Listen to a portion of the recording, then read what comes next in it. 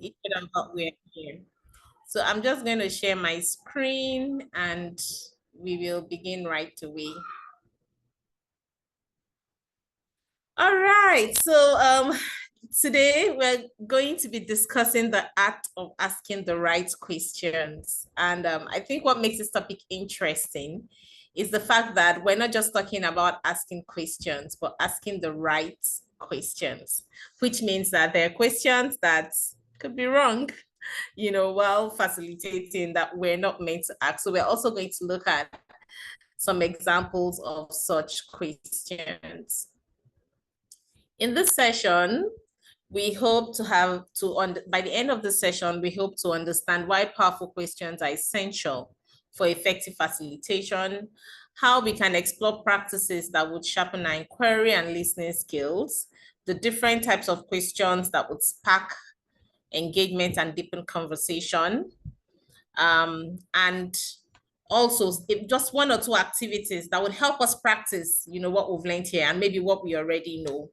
So please let me know if at any point in time you're unable to hear me, because I just got a notification that my internet is a bit unstable. So please let me know if at any point in time you're unable to hear me, and I'll just pause or rewind as necessary. So I'd like to start with, and I found quite interesting.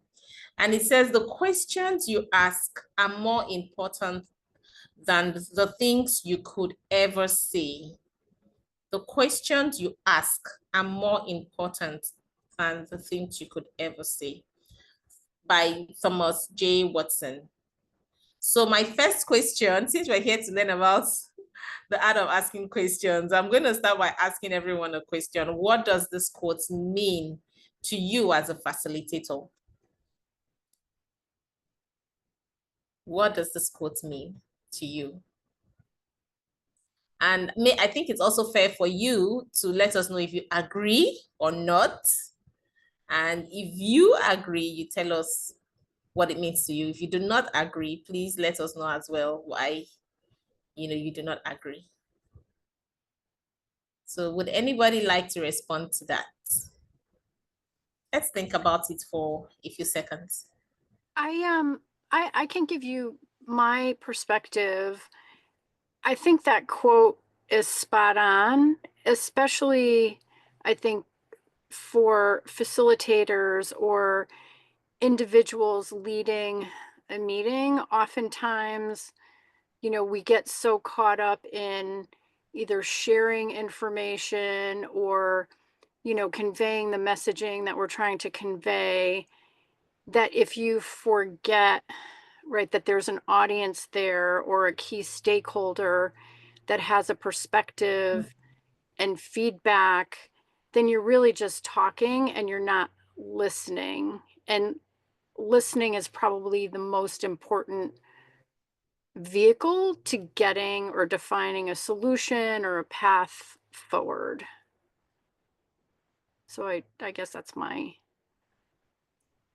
Thank you, Suzanne. Thank you so much for sharing that. Is there anybody else that would like to share what they think or what their perspective is on this question, on this quote? Yes, actually, please go ahead. Yes, yeah, I agree with the statements.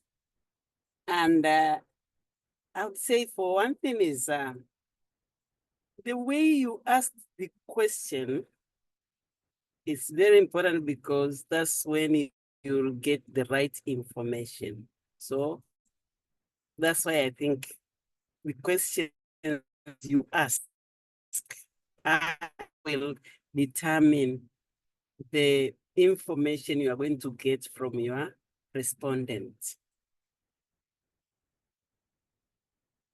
Thank you. Thank you very much. And yes, oh yes, I heard you. I heard you. Thank you. Thank you, Aichi. Okay, Comfort, please go ahead. So for me, good evening once again, everyone. The question asked is a means, from my perspective, is a means of connecting. How you you're focused on the recipient of the message that you're going to share. That's my perspective. Thank you. Thank you. Thank you, Comfort. Amiel, please go ahead. Thank you, and thank you everyone for sharing. I agree, because I believe that the questions you ask helps you to learn about your audience. You know, when you ask the right question, you get to learn about your audience, you are connected. So you are able to tailor whatever communication or training or conversation with the audience based on the information you've gathered from them. Yes, thank you so much. And I agree. I agree with what we have all shared. I would just like to add that, you know, one of the things that came to my mind when I read this quote for the first time is the fact that it is only by listening, you know, like Susan has said, when you ask questions, then you have to listen. And when you listen, you're able to share in a more meaningful way. I have been to sessions where there was a lot of sharing going on, you know, by the facilitator. And at the end of the day, it was clear that the facilitator was not meeting the expectations of the audience. Just one or two questions could have, you know, turned all that around and could have actually given the facilitator the opportunity to steer the boat in the right direction early enough in the session. So sharing is good, but as facilitators, it's important for us to learn to ask questions and listen so that we can now guide the conversation in the right direction based on the responses or based on the answers that we've gotten. So we're going to move on quickly. Why are we focusing on questions today as facilitators? And that's because questions are like maps, they're like GPS, they guide thinking. So when you're in a session and you ask questions, you get even the passive listeners and the passive participants thinking. It helps them to reflect. It opens up their minds. You know, they're beginning to consider different possibilities. So if we're here right now and I ask a question and I say, what was your experience on your last birthday? What was your experience on your last birthday? How did you feel? Now, I can almost imagine that some people would first of all start thinking of, when was my birthday? Was it 1 month ago? Was it 5 months ago? Was it 11 months ago? And some other people will be thinking, okay, what happened that day? And maybe you might just remember some people that called you, reached out to you, maybe gift you goods, the different ways that you celebrated if you did. And it might just bring some sort of smile to your face, remembering, you know, and just thinking about it. Now, if it wasn't a very exciting one, maybe it was a sober day that you took out to just reflect on yourself, you'll find out that the question will also get you thinking about the resolutions I made on my birthday. Am I actually living up to them? You know, what are some of the things that I said I would do differently in the coming year? So that's the power of one question. And by the time you think of all that, you'll be able to give me a response that is very rich. And you would also have enough to go back with and to reflect on after our conversation. So we're focusing on questions today because the right questions will drive group ownership, insight, and transformation. By the time we reflect on questions, we think about the answers we share, we have a sense of ownership towards whatever the outcome of that conversation is, because it is born out of a place of deep reflection. And I have a statement here that says some keys open simple doors, others open secret passageways. The better our questions, the deeper participants can journey. So it's good to ask questions, but more importantly, it's good to ask the right questions and to ask them at the right time and to ask them in the right way. Okay, so another reason why we're exploring this topic today is because there are common mistakes that have been made while trying to use questions. And we're hoping that we do not fall into the same, mistakes or the same situations when we try to employ the use of questions in our sessions. And these are just a few examples. I'm sure there are many more. Please feel free to put them in the chat if anyone comes to your mind, or anyone that we're not going to discuss in the next few minutes. The first one is leading questions. So while we try to use questions, we need to be very intentional about the kind of questions that we're using. Leading questions are simply questions where the facilitator already has a mindset. Sometimes it could even be a bias, or they have already formed an opinion and they're looking for validation. They're not necessarily they're not open to explore. So a facilitator, for example, could ask a question like, don't you think this new system is much more effective than the old one? What that facilitator has already established is that the new system is effective. Meanwhile, it may not even be effective. So that's a leading question. You're leading the conversation towards the direction that the new system is effective.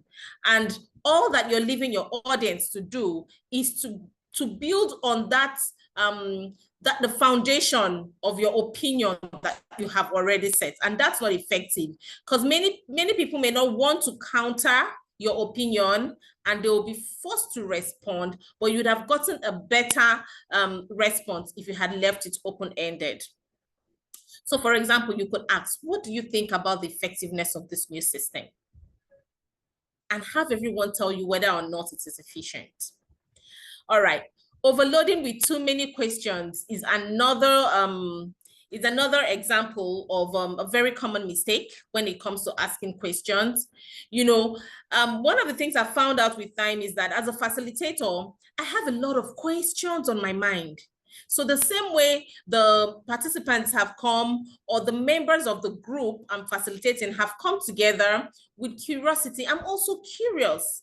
So it's very tempting to ask so many questions, in a bid to understand my audience, and in a very sincere, with a very sincere intention to actually support and guide the audience. But if you're not careful, too many questions end up confusing the audience. They don't have enough time to think about one. And the essence of asking that question is lost. An example that I have on my screen here is, what did you think about the new training program? How did it compare to the last one? And do you think it will help you improve performance in the long run? Just reading the question is actually exhausting to me. So the person you're speaking to is beginning to think, okay, what do I think about the new program? I think it was good. No, I don't think it's good. And meanwhile, there are two other questions that the person wants to answer. So at the end of the day, you find out that you get a sort of shortcut response, or you get a response that has not been properly thought through.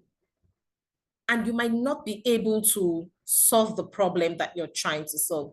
Overuse of closed, yes or no, this is actually very common, and it's actually I like to think of it as a lazy way of asking questions. So when you ask questions where the answer is yes or no, if you're not ready, or if you don't have the opportunity to ask follow-up questions, you find out that you really haven't gotten the result that you need. Was the meeting helpful? Yes, it was. No. Now, guess what? You have to come back if you want to get a tangible response to now say, in what way was the meeting helpful? When you could have just gone ahead to ask about the question, did you find the meeting helpful? That is yes or no. But if you go ahead to ask a question like, what did you think about the meeting? Or what was your experience in the meeting? Then you have given your listener a chance to tell you whether or not the meeting was helpful. You would have saved time and you would have gone straight to the point. And then, of course, not allowing enough silence for thoughtful responses. So when you ask questions and you don't give people enough time to reflect, I've been in situations where the facilitator just goes, okay, I'll take that as a yes, or I'll take that as a no. Meanwhile, the audience is still thinking about the response. So now that we've looked at some common pitfalls and some common mistakes that we make, I'd like to ask you now, what are some types of questions facilitators could ask to spark insight and engagement? We've looked at the things that we shouldn't do when asking questions. So over to you. What do you think we should do? What are some types of questions that we should ask? And this should be a very easy answer because I've told you what not to do. So the opposite is usually what to do. But let me give you a few seconds to think about it and respond. You can put up your hand or you could use the chat. Okay, I think we have a response in the chat. Thank you, Suzanne. She says open-ended questions. Thank you. Yes, open-ended questions, which is almost like the opposite of yes and no. Okay, hi, Emil. I see your hand is up. Please go ahead. Yeah, I think like you did with us at the beginning of this session. So you can ask questions about, to find out what people are expecting from the session. Like ask your audience, so what are you looking to learning, during this session? And that would also help the facilitator to know if they are on track with the content that they have, prepared to deliver, and then enable them to be able to also try to adapt it to the expectation of the audience. Thank you. So those are exploratory questions. So you ask questions to get a feel, to get an understanding of the expectation of your audience or the group you're facilitating. Okay, do we have any other answers either in the chat or would you like to unmute and speak? What other type of questions? Okay. So please feel free to drop that in the chat. I think I just got one more. Ask questions that will make participants think deep. Thank you so much, Aichi, for that. Questions that will make participants think deep. That's very important. Questions that would help them reflect. Because remember what we said about the question being like a key, so the question can unlock doors. Sometimes the participants don't even know. They don't even know what, they're not sure of where they stand on a particular issue. Just asking questions. I've been in sessions also where participants tend to say, oh, I've never thought of that before. That's the power of a question. So just to add to the response that we've gotten here, and yes, Susan has just added the situational questions. Imagine, then ask the question. Thank you very much. I think we're going to be doing one of that as we go along. So now we've seen some examples. I'm just going to add a few, and I think some of them have already been mentioned, like open-ended questions, questions that we encourage expansive thinking rather than one-word answers. So an example I have here is, what experiences have most shaped your perspective on this topic? And as I ask these questions, I'd like to invite you to think about it. What experiences have most shaped your perspective on this topic?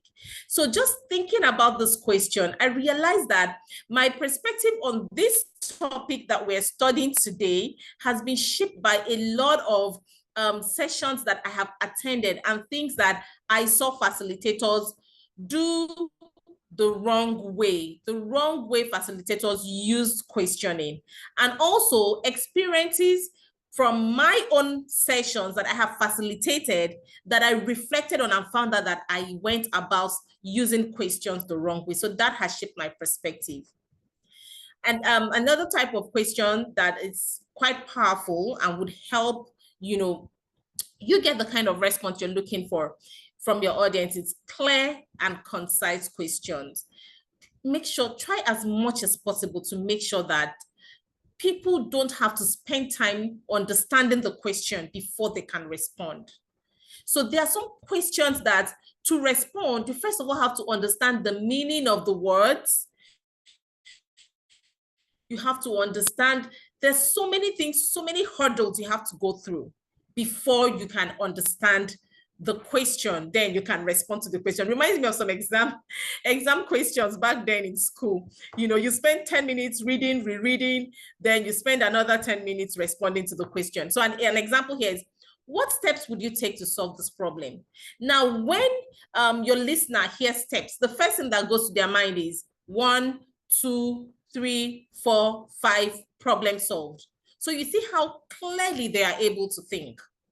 Another one is questions that are non-judgmental, free from assumptions or implied criticism.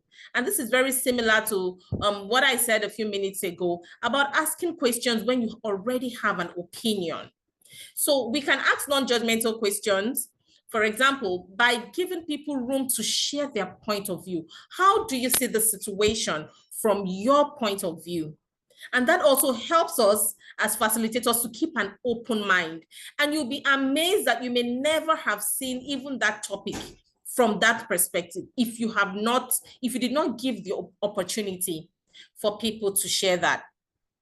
And remember, when people are able, when they feel safe and comfortable to share their point of view, they are more, they feel a sense of belonging, a sense of ownership. And if you're working towards a particular outcome, they are more committed to that outcome. Another thing that kind of powerful question is questions that stimulate curiosity and dialogue. And I think that this is what I don't remember. And I think Suzanne also mentioned this. Invite reflection, engagement, and meaningful conversation. What questions does this raise for you? And why do you think they matter? I don't see anybody answering this question in 2 seconds. I see it requiring a level of reflection, you know, that would help you express exactly what you want to share in such a way that it will not easily be misunderstood. Connected to purpose. Make sure that your questions are aligned to the session's goals and outcome. So there is a tendency to ask so many questions that it derails you. It takes you out of the outcome, the purpose. So questions like this help you to constantly bring your group back to what the expected outcome or the goal is. So someone shares an idea and the idea seems a bit off to you. So instead of dismissing it or going along with it and ending up in the wrong direction, you ask the person, how does this idea support the goal we're trying to achieve today? What that question does is that, number one, if that question had nothing to do with the goal, the participant would realize instantly. And if that question had something to do with the goal in a way that you may not have seen, it gives you a new perspective. So these are just some examples, and I'm sure that there are many more that we can take a look at. So at this point, I'd just like to pause and I'd like to check in with all of us that we're still here, we're still together. So please give me a thumbs up, just unmute and let me know that we're all here together and you can still hear me. Am I free to go on? Thank you so much, Emil. I see your thumbs up. Thank you. Yeah, yeah. All right, thank you. Okay then. So we're going to go on. Cool.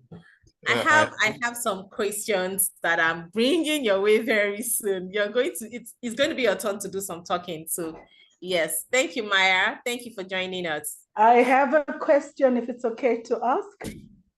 Okay, yes, I think you can go ahead. All right. Thank you so much for the insightful presentation that you're making. But so far as you're speaking, my mind keeps going back to instances where you're facilitating a webinar, and it is so hard to draw out a response from the participants. So I have looked at all the pointers that you've given us, and I'm thinking, is there a difference in physical facilitating questions and webinar questions? Because it is, I don't know from the part of world that you're in, but I think in a lot of webinars in my part of the country, Southern Africa, it is so hard to get participants' engagement. No matter how much you ask the question, you tend to actually now start picking on the participants so that they can answer. If you could just give me an insight on that. Thank you. Okay, thank you very much. And that's a very good question because it's a challenge that I have experienced as well. And I don't know if any other facilitator here in the room has experienced the same. And I think that one of the things responsible for that is probably because when it comes to webinars, we don't have the opportunity to enjoy the little feelers like body language, and all that. And people have a way of just hiding behind their camera. Some are not even paying attention. So yes, there is a difference. For physical sessions, you can see people, you can sort of get their attention a lot easier. But when it comes to webinars, what I have done, oh, thank you, Adeyemi. I see your hand is up. I'll let you speak up. I'll let you contribute. Let me just wrap up. So one thing that I have done that has worked for me is I always, at the beginning of the webinar, if it's not a very large group, I try to look for something about each participant that can help me get through to them. So, for example, you've just mentioned, in your comment that you're from, I don't know if you said South Africa or, Southern African country. What I would do would be, so Maya, how is this done? Or what are the factors that influence this in South Africa? So that usually, without seeming like I'm picking on the participant, that usually helps me get a better response. But please, I'm happy to hear from other facilitators. What have you done? What has worked for you? Hi, Adeyemi, please go ahead. Okay, good evening, Elizabeth. Good evening, everyone. Can you hear me clearly? Yes, I can hear you. Yeah. There are different jokers you play with different audiences. For example, you need to know your audience and know the best way to approach them, to engage them. For example, if you're having some that are quite experienced, it's difficult to get them engaged because some of them might have some turn-offs. Your personality first before you engage them. Okay, let's take that as a rule. If your personality is not engaging and you're asking questions to engage your audience, they'll shut down. And let me share example with South Africa and East Africa. I mean, I can talk of Kenya, and of course, I can talk of South Africa. If you get in a class, the first thing is for you to familiarize yourself with them. This part of the African continent, they cherish respect a lot. You build a rapport before you engage them. So, you should know that as a rule. You should, sorry, can you hear me? Hello? Yes, Yes, Adeyemi, yes, I can yes. hear Yeah, you. yeah. Yes. So build a relationship with them even before the class. One thing I did sometimes in South Africa was I got to the class, I got to know everybody, called everybody by first name. It was wonderful class, well engaging. In fact, I'll say, facilitation is for you to talk less and let the participant talk more. That is the essence of facilitation.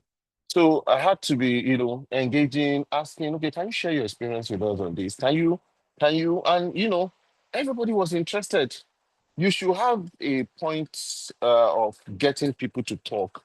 And one thing is you need to build the right rapport, create that platform in the session so that people can talk. But if you come like someone who knows everything and you know all, people will shut down, allow you to do the talking. Yeah.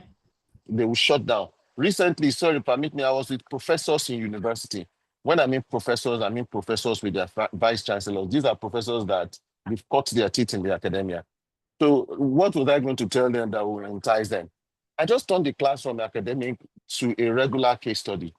By the time I turned into case study, I bet you were supposed to finish by 4 p.m. We didn't leave the class until 7 p.m. and we didn't even realize it. Yeah. You just turn it to something that interests them. And there's something like, I want to say, sorry for taking this time, is to create a story. Create a story that will lead to certain questions. And these are real stories, not like you are lying. Okay?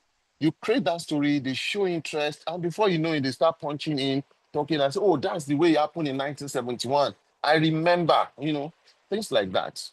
So I think it's very important you know your audience and you know where to meet them. Thank you. Thank you. Thank you so much, Adeyemi, for sharing that. So creating a rapport is good.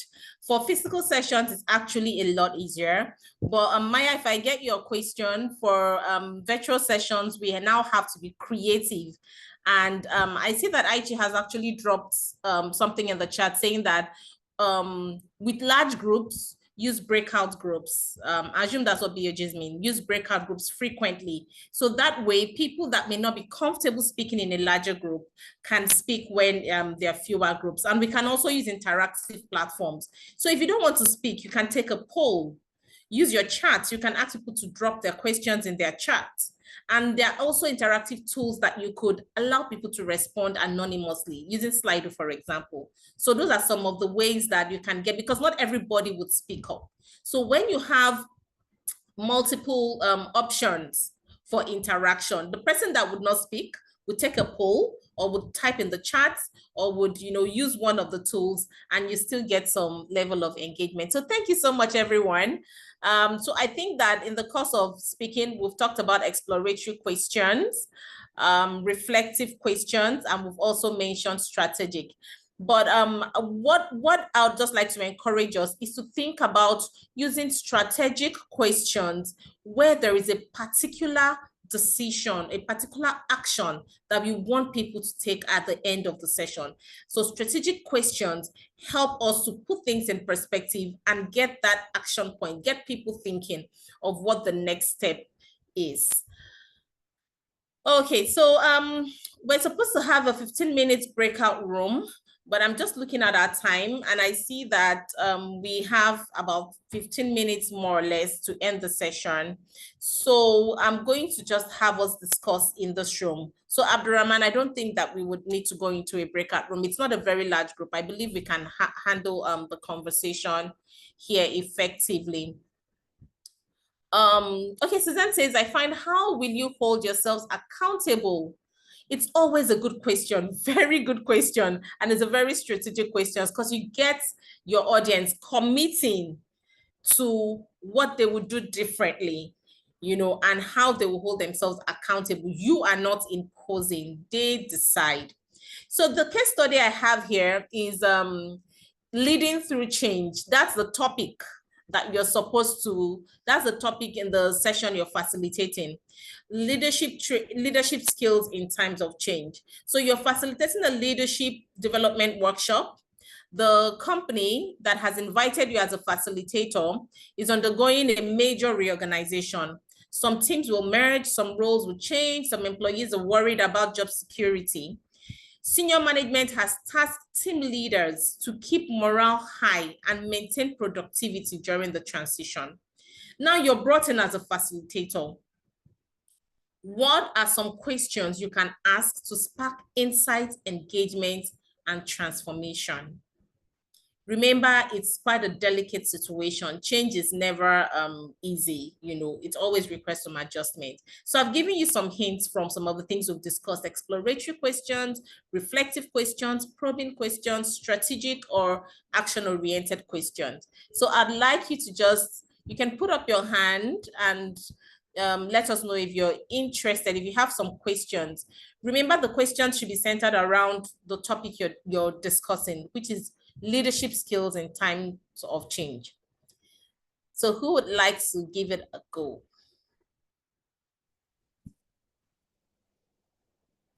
And the audience that you're asking the questions of are the team leaders. Is that correct? Okay. Yes, you're correct.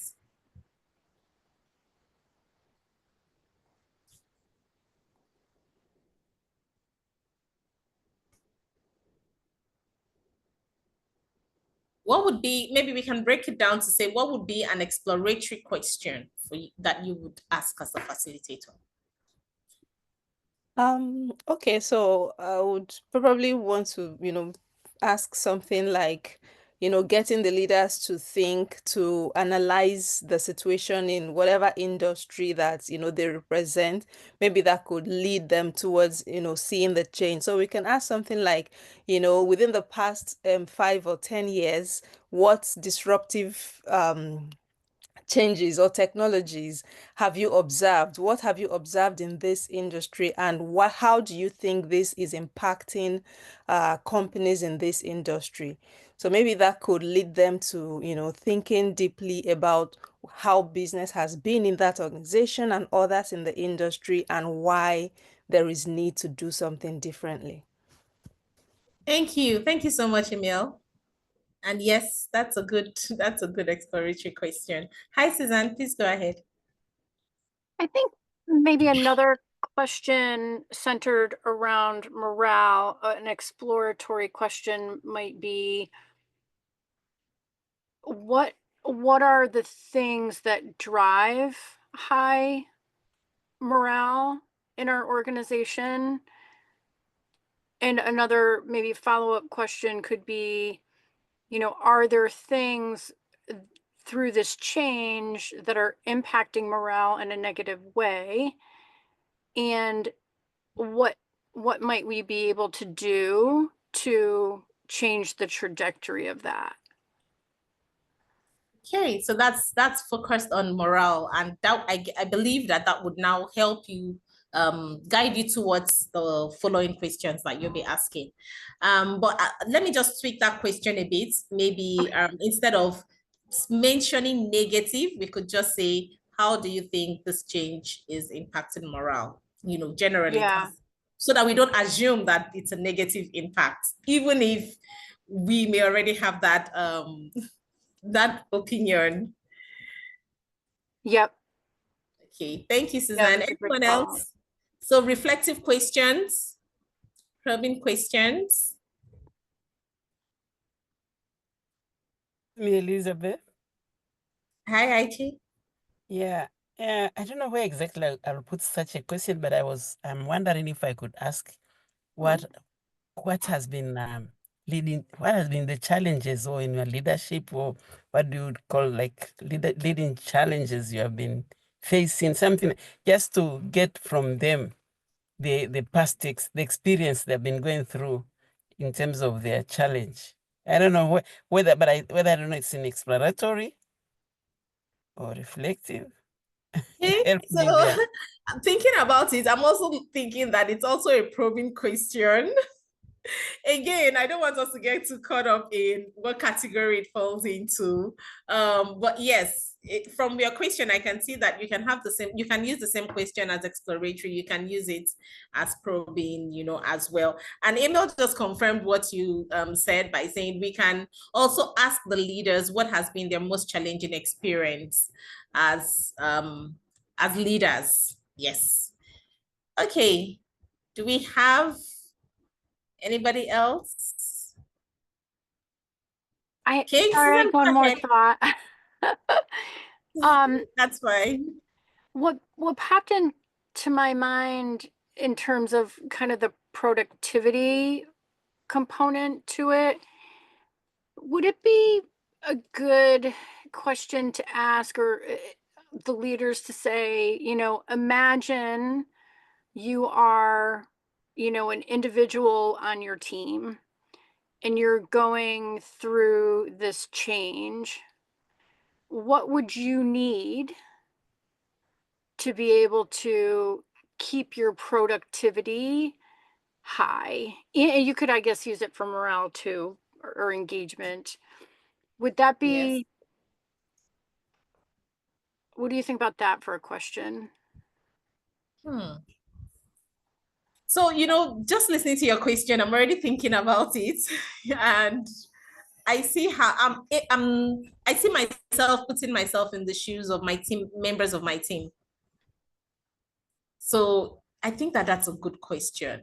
Does anybody think otherwise? Does anybody agree? I think it's a very good question, because many times what leaders need is to kind of see things from the perspective of members of their team. Yes. So let's just move on to some questions that I have here. Okay, I have a message in the chat. Hi, Irene. Nice to have you here. Irene says, I'll ask them, what do you feel is your leadership style? Interesting. That's also a question that will get them thinking, because some people may not even know what their leadership style is. So yes, it brings about a lot of reflection. So some questions that I have here, again, to remind us, exploratory questions help to open mind. Some examples are, what are some common emotions teams experience during times of change? What opportunities might change, okay, I think that's a typo, presently for leaders and teams? Reflective questions. Think of a time you experienced a major change. What leadership behaviors helped you cope? How do your personal reactions to change influence the way you lead others? Because some leaders may just feel like it's not a big deal, I mean, but it actually means a whole lot more to members of their team. While that change might not impact you so much because of how you adapt to change. So I think that's a good question for leaders. For probing questions, what are the biggest fears you anticipate your team might have? What communication strategies could you use to build trust through uncertainty? And for strategic questions, what is one concrete step you can take tomorrow to support your team during this transition? And how will you measure whether your team is adjusting well to the changes? And I like Suzanne's question that says, how would you hold yourself accountable, to this? So these are just some examples of questions under the different categories that we can ask. Thank you so much, everyone, for your contribution. So we're wrapping up the session now, and I'll just like to say, after we have come up with amazing questions that we believe will help to keep our audience or our participants or our group, as it may be, engaged, get them thinking, get them, responding in a more meaningful way, we can also sharpen our questioning skills by pausing before we ask. When there is a pause, sometimes you get the attention of your audience because you're thinking, okay, what's coming next? And that also helps you reflect on the kind of response that you're expecting. Frame questions with curiosity, not judgment. I think we've talked about being non-judgmental in asking our questions, not being biased already or trying to impose our opinion. Build questions based on what participants say. So those are follow-up questions. So when I ask a question and you respond, it gives me an opportunity to dig deeper, to get to the bottom. It's like in root cause analysis, when we talk about the 5 whys, you keep asking why until you get to the bottom.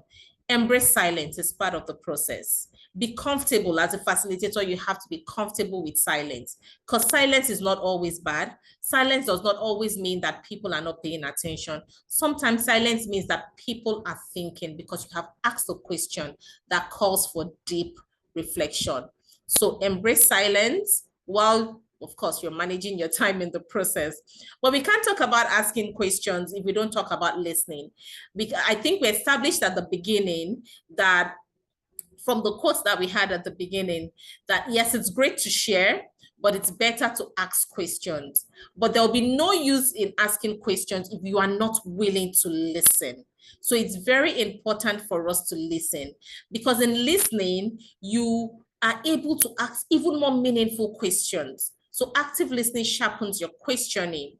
And when you listen, you hear not just words, you hear values, you hear emotions, you hear assumptions. You begin to have an idea of the context behind the responses that you're getting. And ask questions that mirror what you heard. So if you ask a question and you are not certain, ask another question to confirm that you understand the response that you have gotten, so that you don't just go on and on only to realize that that is actually not what that participant wanted to hear. So a simple example here is, I hear that trust is a challenge for your team. What does building trust look like for you? Now, the participant has the opportunity to correct you if they did not tell you that trust is a challenge for their team. So that's an example of how you can ask a question that mirrors, what you have heard. And one strategy that has worked for me is a funnel approach. So I like to start by asking broad questions. What are your thoughts on? That's a very broad question. It could be anything. What are your thoughts on change management? What are your thoughts on the leaders of this organization? Thoughts could range from their personal behavior, their habits, their technical expertise. And then we move narrower and we say, what specific challenges do you foresee in this process of change? What are so you get to know what people's fears and concerns are. And then I can end by saying, what is the first step we can take? Immediately we leave this room. Sometimes I challenge participants to take a step immediately. What can we do while we are here? And one of the things that works for me is if it's an action step that they would likely procrastinate, our first step is bring out your device, set a reminder, or add it to a to-do list. And that way, we know that we have crossed the first hurdle. At least I'm guaranteed that when they step out of that session, they have a reminder that would help them, that will minimize how much they can procrastinate. So we've talked about some tools that we can use. Use chat prompts, so you can add questions in the chat and get people to actually just respond to that. Incorporate polling questions. We don't have enough time. It's a 1-hour session. Otherwise, we wanted to do some polls and try out some of these tools. Use silent reflection. Give everybody 3 minutes to just think, reflect. Tell them, imagine, close your eyes. Imagine you are in this situation, and then tell them, open your eyes after 1 minute. You find out that you get really rich answers. And of course, digital tools, we will continue to use them. Hopefully we have another session for just digital tools that we can use in facilitation. So to wrap up, I would just like to remind us that great facilitation is rooted in great questioning. And powerful questions can unlock insights and a sense of ownership from the group that you're facilitating.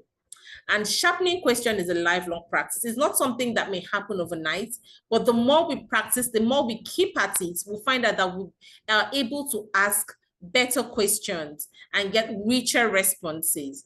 And of course, as a reminder, the art of inquiry is the act of connection. The deeper, the stronger, the more powerful your questions, the more you'll be able to connect with your audience. So I have a question for you to end the session. And I want you to reflect. What is one thing that you are now inspired to ask at your next session? So please feel free to respond or let me know in the chat, or simply just take a few seconds and reflect on that. What is one question you're inspired to ask in your next session? Thank you so much, everyone, for your time. I'm going to hand over to Adebayo Abdurrahman, and I think that we can take a few questions if we still have any. Thank you.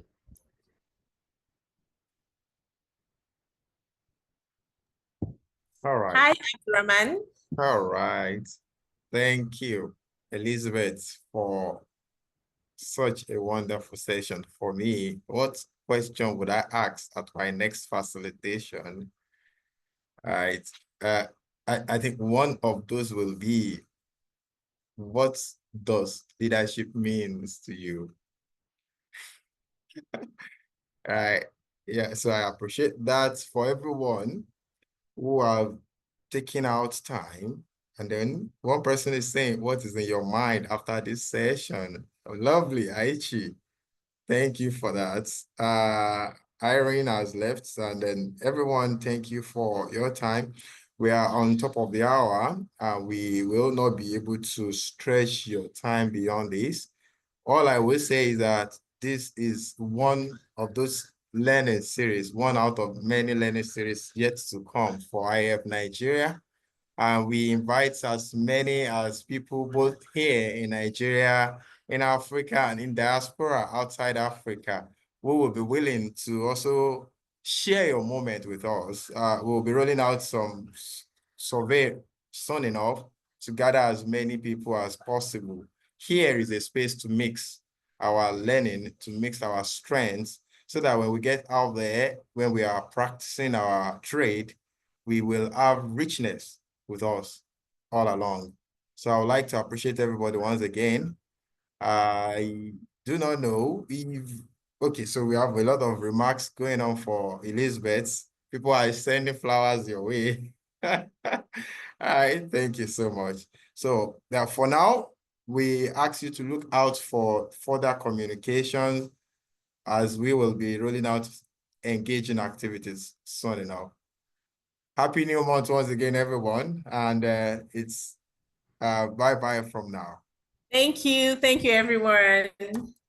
Thank you so much. Bye, everyone.